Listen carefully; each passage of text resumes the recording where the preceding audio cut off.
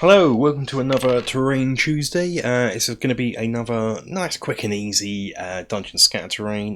This one's going to be making a sort of a wizard's desk. I don't know if it's going to focus in or not. Probably not. It wants to focus in on my spam. There you go, something like that. And this is utilising the leftover bits we had from the WizKids stuff that I didn't use in the bookcase. But if you don't have that, you can just make some books like I did from the bookcase, get some skulls on there and so forth.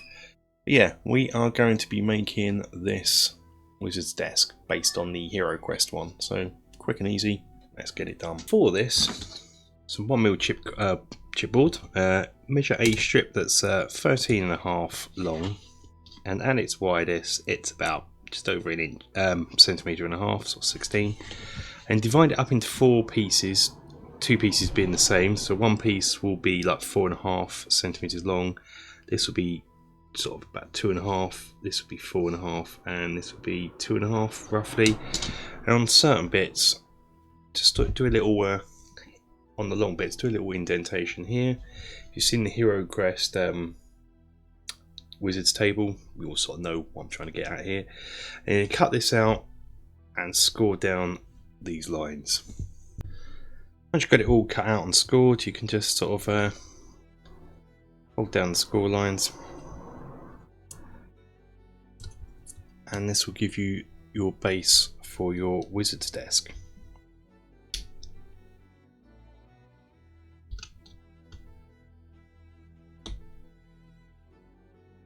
Next up, I'm going to cut out 2 1/2 centimetre wide and a 1.5 cm long bits of card.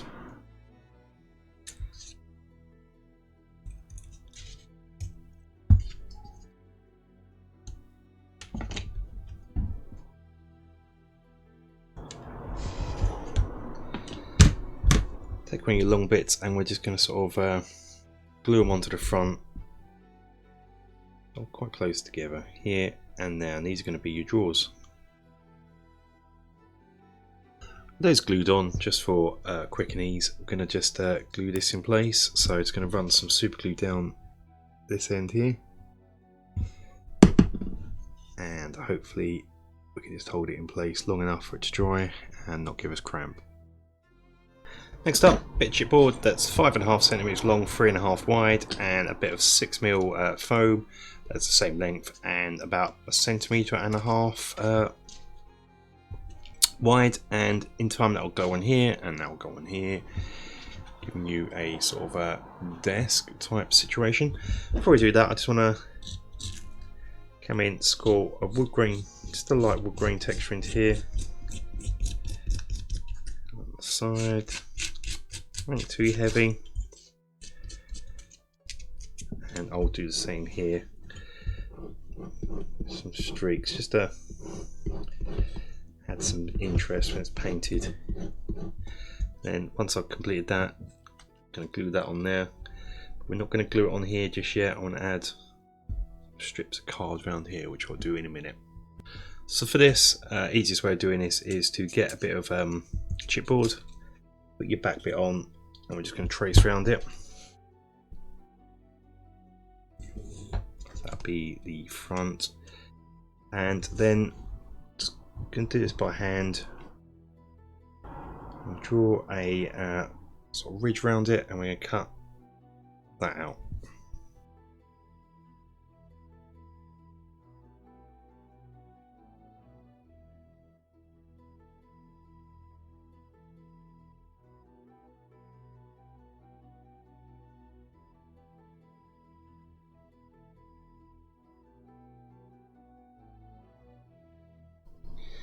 If you need to, it can be a bit of a pain in the rump. While it's drying, just get something heavy, just hold it down. What we want to do is do something similar for the tabletop, just same principle, just wider, and that'll be put onto there. So now what we're going to do is going to glue this in place.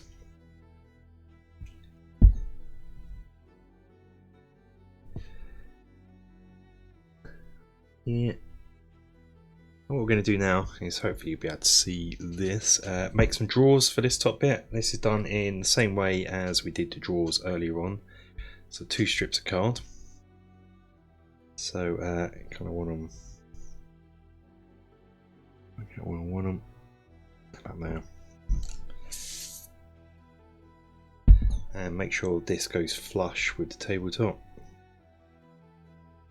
Get put on there, and then this one would get put here. But if you want something like Heroquest, you could have an open one. Fair enough, easy, somewhat easy to do. 2 strips of card here. Come on, I have to move it around a bit so it's easy for me to see what I'm doing. Let's get a bit of card. Just going to glue that sort of here where it would be look like it's open. Have a bit of card the same length. Just glue that in using put the bit there so you know roughly where to do it. Nice thing about PVA, you've got a lot of working time, so you don't have to worry about it too much. There, and so you can just see if I need to move that out a bit. I think that's going to be it. Yep. So that's going to come in.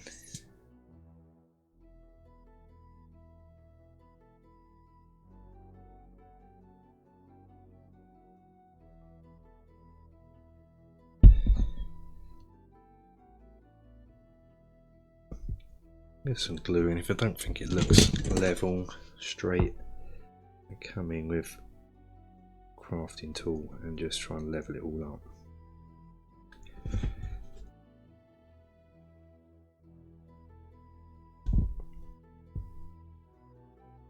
End up with something like that, so it looks like there's a draw on.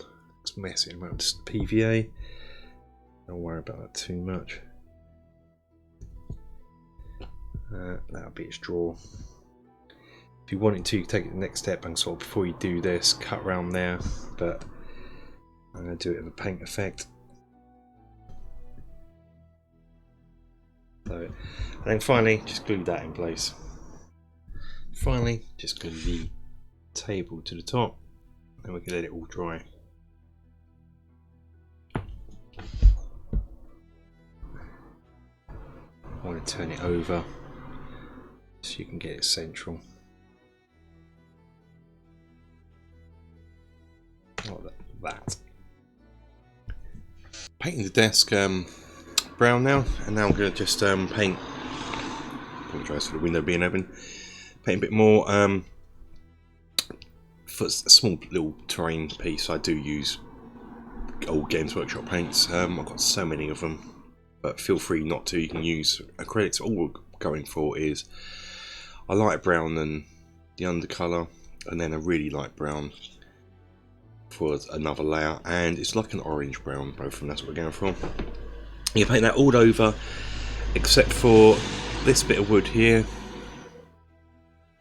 and no, actually I'm going to paint this dark brown. Yeah, I'm going to paint it all apart from this inner bit here, so I'll come back when that's done. Next up, once you're painting this different layers of different shades of brown and you're letting them dry in between, you can come in and we can make the handles for the drawers. These are just made from little ringlets. These are 4mm ringlets. These are called metal jump rings for jewellery making. 4mm thick, 4mm diameter. It's going to come in with some black paint and just paint them black, unless you've bought them already in black. Pair of tweezers could come in handy for this. There we go. Paint them black. Leave them to dry. Like so. So with it all painted orange, it's going to come on now and just dry brush some Steel Legion drab, just trying to pick out the edges. Or a colour like a Steel Legion drab, so like a creamy paler brown. I just want to pick out the edges. Same with the drawers. like so. Finally, that's all painted. I just want to add sort of some patina type stuff on it, so I'm just going to use a Acrylics Earthshade wash. They should probably use any dark brown wash, and just want to not all over what's in here. Just want to add that kind of perhaps where it's been used more, so it's got a bit dirty in the corners. The same. It's just something like that, not a lot. Don't want to overdo it. Just be in the corners here again. Just adding some sort of patina and age to it. Overdoing it.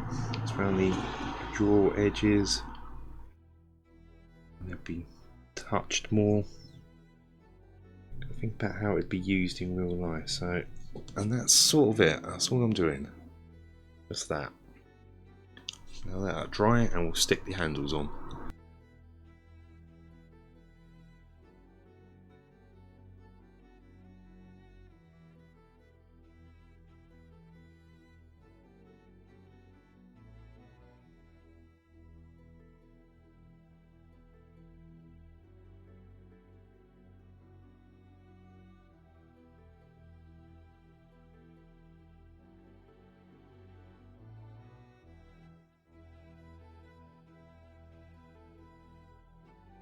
So now we're pretty much done. We just got to add some stuff to it.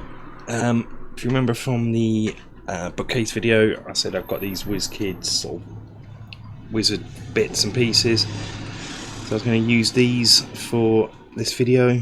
So, but if you want to make your own sort of books and things, you can just use that video really. I'll give you a good idea on how to do it. Of course, I'm just sort of going to roughly put them where I think I want them, and then we'll glue them down with Superglue. Some bottles on all over here, like so. So yeah, I think that'll really want it quite busy. So what I'm going to do, crack on with this, and show you when it's done. And this is it, pretty much done. On Wizard's desk full of apparatus and books, and yeah, that's it done. Well, that's another Dungeon Scatter Terrain video done. Little small, easy to build pieces that anyone can have a go at. Until the next video, guys, please take care.